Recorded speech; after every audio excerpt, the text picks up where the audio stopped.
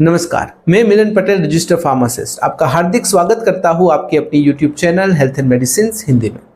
आज के वीडियो में मैं आपको ब्लड इन्फेक्शन यानी कि खून में संक्रमण किस प्रकार से होता है, उसके पीछे कौन कौन सी वजह होती है, उसके बारे में बताऊंगा। तो बिना देरी किए आज के वीडियो की शुरुआत करते हैं। ब्लड इन्फेक्शन यानी कि खून में संक्रमण को सेप्सिस भी कहा जाता है। जब भी हार्मफुल माइक्रो ऑर्गेनिज्म जैसे कि बैक्टीरिया, वायरसेस, फंगस, पैरासाइट इत्यादि हमारी ब्लड स्ट्रीम में दाखिल होते हैं, एंटर होते हैं, तब हमारी इम्यून सिस्टम ट्रिगर होती है, जिसकी वजह से हमारे शरीर में इम्यून रिस्पॉन्स क्रिएट होता है और धीरे धीरे करके प्रॉब्लम्स स्टार्ट होती है। यह प्रॉब्लम को अगर नजरअंदाज करते हैं, अच्छे से ध्यान नहीं देते हैं, तो लाइफ थ्रेटनिंग कंडीशन का सामना भी हमें करना पड़ सकता है। तो आइए वन बाय वन इसके कारणों के बारे में जानते हैं। सबसे पहला कारण है बैक्टीरियल इन्फेक्शन। खून में संक्रमण के पीछे अगर कोई मोस्ट कॉमन कारण है तो वो है बैक्टीरियल इन्फेक्शन। देखिए, जब भी हमें चोट लगती है, इंजरी होती है, सर्जरी होती है, स्किन इन्फेक्शन होता है, लंग के जरिए या फिर यूरिनरी ट्रैक्ट के जरिए, जब भी हार्मफुल बैक्टीरिया हमारे शरीर के अंदर दाखिल होते हैं, हमारी ब्लड स्ट्रीम में मिक्स होते हैं, तो खून में संक्रमण की स्थिति सामने आती है। अगर मोस्ट कॉमन बैक्टीरिया की बात करें तो वो है Staphylococcus aureus, Escherichia coli, Streptococcus species इत्यादि। इससे फैलने वाले मोस्ट कॉमन संक्रमण की बात करें तो उसमें यूटीआई यानी कि urinary tract infection, pneumonia, cellulitis, wound infection, surgery के बाद होने वाले इन्फेक्शन इत्यादि का समावेश होता है। दूसरा कारण है वायरल इन्फेक्शन। हालांकि वायरल इन्फेक्शन इतना ज्यादा कॉमन नहीं होता जितना बैक्टीरियल इन्फेक्शन होता है, फिर भी जब भी वायरसेस हमारे शरीर में दाखिल होते हैं, हमारी ब्लड स्ट्रीम में मिक्स होते हैं, एंटर होते हैं, तो फिर सिस्टेमिक इन्फेक्शन फैलना स्टार्ट होता है।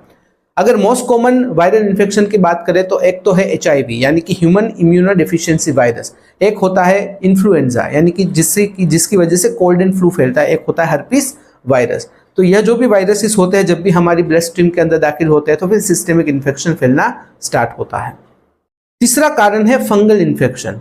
देखिए, अगर किसी व्यक्ति की रोग प्रतिरोधक शक्ति बहुत ही कम होती है, जिसे हम कहते हैं इम्यूनो कॉम्प्रोमाइज्ड इंडिविजुअल्स, ऐसे लोगों के अंदर जब भी कैंडिडा स्पीसीज, कैंडिडा जो फंगस होती है, ब्लड स्ट्रीम में दाखिल होती है, तो फिर फंगल सेप्सिस सामने आता है, यह स्थिति सामने आती है। कैंडिडा फंगस से फैलने वाले सिस्टेमिक इन्फेक्शन, ब्लड इन्फेक्शन को कैंडिडेमिया कहा जाता है। नंबर 4 है पैरासाइट इन्फेक्शन। पैरासाइट इन्फेक्शन का अगर मोस्ट कॉमन कोई उदाहरण है तो वो है मलेरिया, मलेरियल पैरासाइट्स। देखिए, जब भी आपको फीवर होता है, रिकरिंग फीवर होता है, शाम को आ जाता है, फिर चला जाता है, फिर शाम को आ जाता है, इस प्रकार का फीवर होता है। जब भी आप डॉक्टर के पास जाते हो, डॉक्टर बोलते हैं कि मलेरिया का रिपोर्ट करना पड़ेगा। रिपोर्ट में एक चीज लिखी हुई आती है MP सिन या फिर MP नॉट सिन। कुछ जगह पर पूरा लिखा हुआ आता है, जैसे कि MP का मतलब होता है मलेरियल पैरासाइट। अगर मलेरियल पैरासाइट आपके शरीर में है तो फिर मलेरिया होने के चांसेस काफी ज्यादा है और मलेरिया होता है। ये जो मलेरियल पैरासाइट्स होते हैं, जो MP होते हैं, वो क्या करते हैं, आपके RBC के साथ मिक्स होते हैं। RBC मतलब रेड ब्लड सेल्स।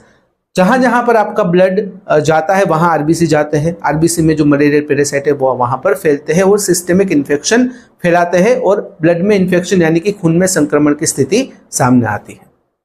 तो इस प्रकार से जब भी हमारी ब्लड स्ट्रीम में बैक्टीरिया, वायरसेस, फंगस, पैरासाइट इत्यादि दाखिल होते हैं तो फिर ब्लड इन्फेक्शन यानी कि खून में संक्रमण की स्थिति सामने आती है।